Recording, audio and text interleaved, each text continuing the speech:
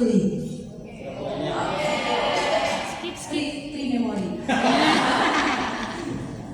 Okay, and then be attention please. I'll give you any question from this video to discuss. The first one, what is the title of the story? And then mention the main character of the story.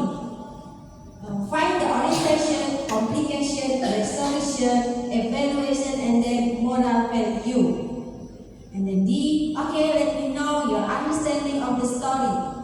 Where was the story happen? What is the problem of the story?